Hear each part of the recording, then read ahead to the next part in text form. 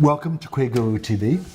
Martin, you wear many, many hats. I'm trying to keep up with you. And I know one of them is your arse hat, which I'm told is the Art Society for Soho. And you have Arse TV. I have Arse TV. Arse TV. So tell me about Arse TV. Tell me about your arse, Martin. Right, so Arse is Art Society for Soho. Yeah.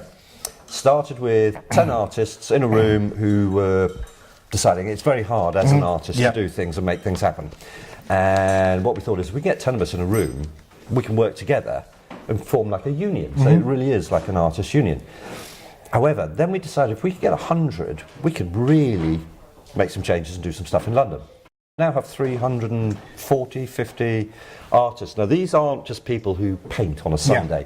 These are people who are exhibiting. So we call these professional artists. They do this pretty much for a living. Do you vet or you? Yes, there is an element of vetting. Is it tough vetting an artist? It is. So our vetting is a single word: audacious. You have to have an audacious approach to your work. That's really good. And an audacious attitude to your ideas and your execution. And so that is the criteria. So people who do sunsets and bunny rabbits aren't for us. So we meet once a month. So it's like a contemporary salon. And we focus on, we're not just a bunch of artists sitting around getting pissed. We actually focus on all the things that art school didn't give you. So we have barristers come in and talk about international copyright law. We talk to people about contracts, how to put on shows. We've got people who say, how do you do a canvas this big? Like this one here. Because I only work like this. So then we put them with an artist who works in that particular medium or that sort of size, and they swap ideas. So we've become a safe haven, a safe environment for artists to get together without feeling uncomfortable or embarrassed or competitive and talk about their work and their ideas. And that has now grown. So we have Art Society Soho Helsinki. Oh, really? Yeah, we have a little periphery office with 12 artists in Helsinki. And we put on group shows, and we have talks, and as I mentioned, from industry figures. And then out of this has come Arse TV. So Arse TV is taking those salons, ramping them up a bit, having musical performers and various other bits and pieces, filming it like you do. We watched edit it together, and then put it out on social media. You know. Yeah. Come on, you have a TV channel. I have a TV channel. They're easy. Yeah. Do it yourself.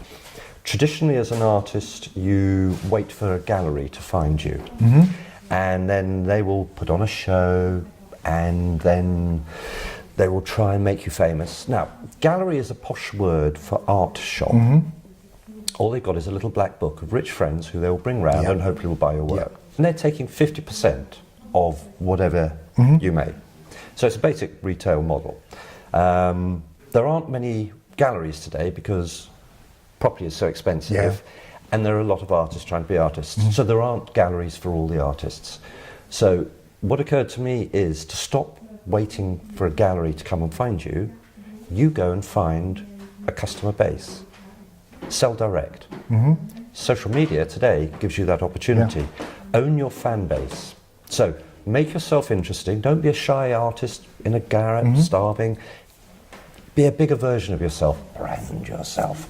Be an art brand, go out, sell yourself on Instagram, Facebook, and all the other mediums, and Twitter if you're a good writer or whatever, and develop a fan base and develop a dialogue direct with your customer base. And I have got artists who are now, through the training and things like the Instagram workshops, are now brilliant. I mean, I've got one girl, she's a neon artist. It takes her a month to make a piece.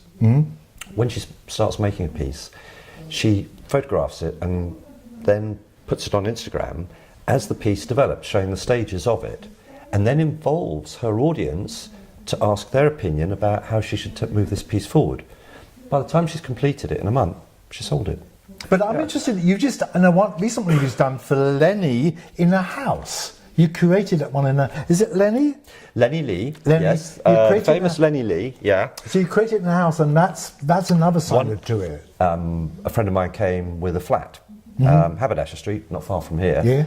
And first floor flat, 2-bedroom flat and said, do you want to borrow it for 2 months? So find the right artist for that environment. And we put a show on for Lenny, and very successful. Is a lot of art going here on an East End? Is it still a good thriving culture? It's moving. It's moving out to Walthamstow.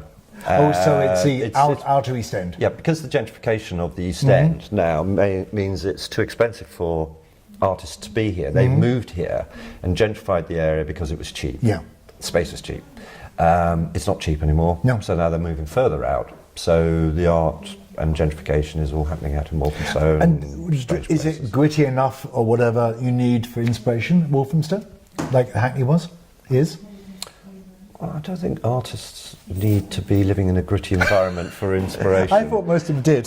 So are you still doing art as Mr. Hugo von Hugo? Mr. von Hugo, yes, he has a show. In fact, I've got to run from here in a minute. Okay. We are going to do a show in Green Park in Mayfair.